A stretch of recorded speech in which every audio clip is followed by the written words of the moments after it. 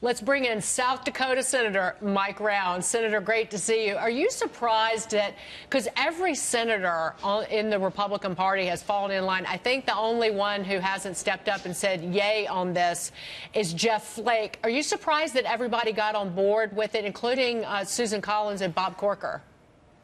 Not really surprised, but very pleased. I think the reality is that most of us have decided that the American public, the citizens in this country, are going to be a lot better off with this plan than without it. And what we're comparing it with is our current tax structure. We don't think the current tax structure works, and we think this is a step in the right direction.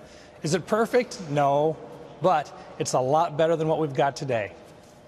Senator Michael Balboni is here. He has a question for you. So Senator, I was in the state legislature in New York for years, and when back in the early 90s, we did tax increases, and there was all sorts of angst about that and all these great debates. What would be happening now if we were actually doing tax increases? We're cutting taxes, right? So why the disconnect of people saying that this bill doesn't work to make their lives better?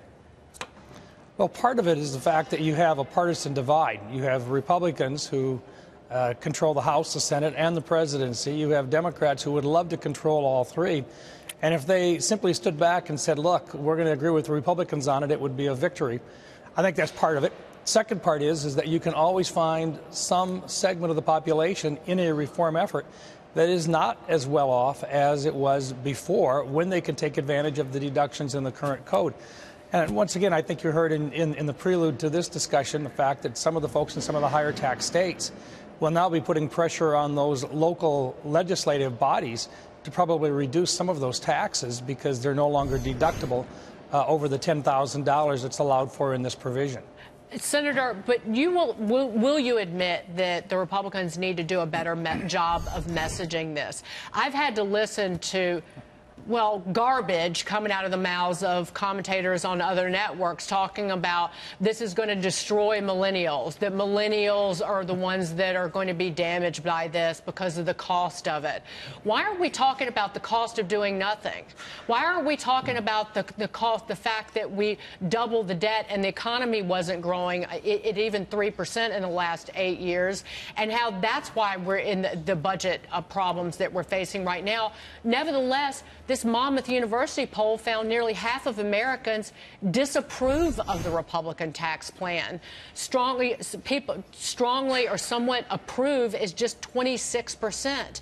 But it's like, even though this is a big win for Republicans, the Democrats are winning in a large part on the messaging of it.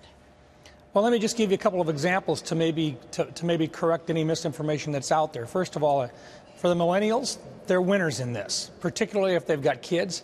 Increasing that child tax credit from $1,000 to $2,000 is a big win. Second of all, if those millennials are in the lower tax brackets, they get a big win once again because the standard deduction doubles from $6,000 to $12,000 per individual. And when you start taking a look at those tax rates that are put together on the different tax estimators that you can do right now that are online, those individuals are going to find out that they come out way ahead. A family with $73,000, the average American family of four in the United States today, comes out over $2,000 better off just in the taxes they don't have to pay under this plan. But here's the rest of the story on this. A growing economy creates more demand for labor. And when you increase the demand for labor, wages will go up. And not only that, but when you can invest, and remember, we're putting in, as the president tweeted appropriately this morning, that immediate expensing for businesses means more investment in businesses. When you invest in those technologies, that makes every single worker more productive, making them more valuable once again. This works, and part of the message that we probably don't do a real good job sending is we're $500 billion a year farther in debt every single year, and it's going to get worse. So what this is an opportunity to get rid of that $500 billion per year increase in national debt. We can't do it when we're growing at a paltry 1.8% like we have for the last 10 years. Our plan is to grow the economy at a faster rate. A 0.4% increase pays for this entire tax bill. Okay, more than Senator, that, and we have money to replace or to eliminate part of that deficit that we're in right now. Senator, it's Lindsey Bell's here. Just one quick question. What happens in 2025, though, when the pass-through rate expires, when the individual rates expire? I think that's been an issue of concern and questioning by many people out there. So that's important to grow the economy because that's small businesses. Absolutely. Look, if we could have, under the Senate rules, have provided for a permanency to that, we would have. We couldn't. So what we chose to do was to provide permanency to businesses that do a lot of long-range planning. We wish we could have provided that same permanency in here for those pass-throughs as well. But between now and then, as this tax plan works, you'll find additional Congresses in the future extending those benefits. So I don't think they're going to go away. It's not our intent to have them go away, but unfortunately, we get to live with the Senate rules the way they are, right. and that requires... I will say this to that, because I've heard a lot of Democrats saying, well, half of people's taxes will go up under this plan, yes, because of the expiration. And if Democrats don't like that, then you should have stepped up and done something about it and worked with Republicans on it, and then they could have actually made these tax cuts last longer than expiring in 2025. Senator, I want to get to this, that lawmakers need to pass a temporary spending bill by midnight on Friday to keep the government running. But defense spending is now a major sticking point.